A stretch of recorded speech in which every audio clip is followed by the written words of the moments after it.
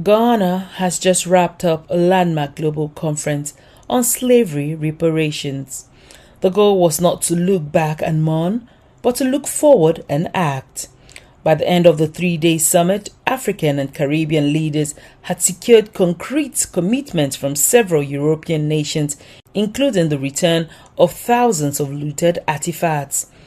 The Next Steps Conference on Reparatory Justice in Accra, which ran from June 17 to 19, was convened by Ghanaian President John Dramani Mahama.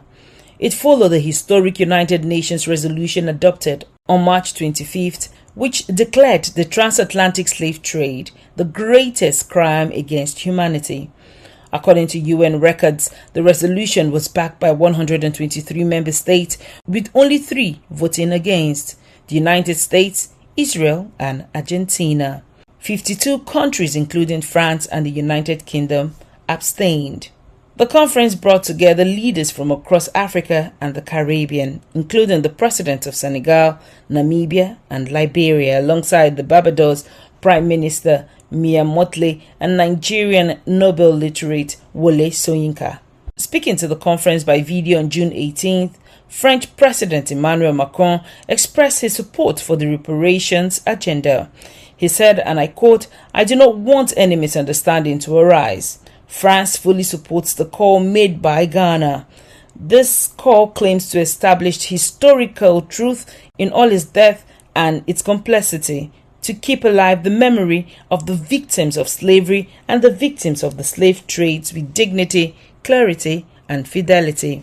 However, his message struck a contradictory note for many delegates.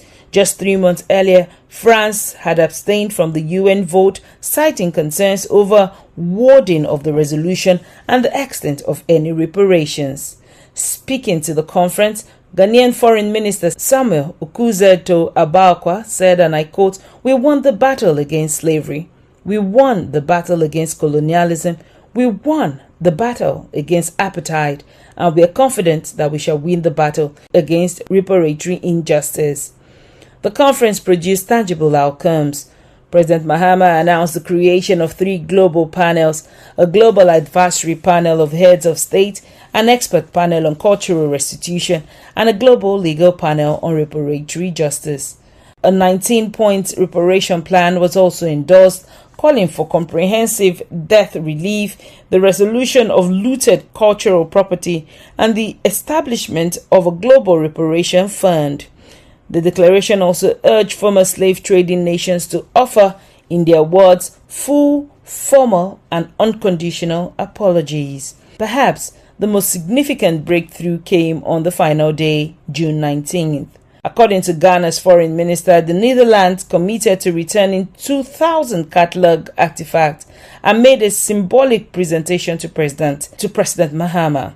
Germany also pledged to return identified cultural items. Denmark committed to partnering with Ghana to preserve its historic slave forts and castles, and France agreed to establish a scientific commission to trace African cultural artifacts held abroad.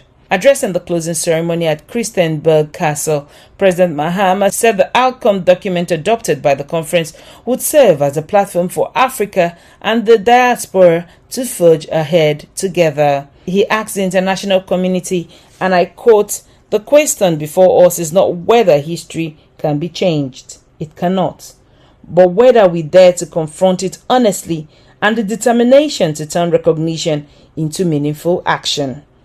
For the first time, the answer may no longer just be words. I am Otaria Benjamin, reporting with clarity on the issues that impact our continent. This is Media Room Africa.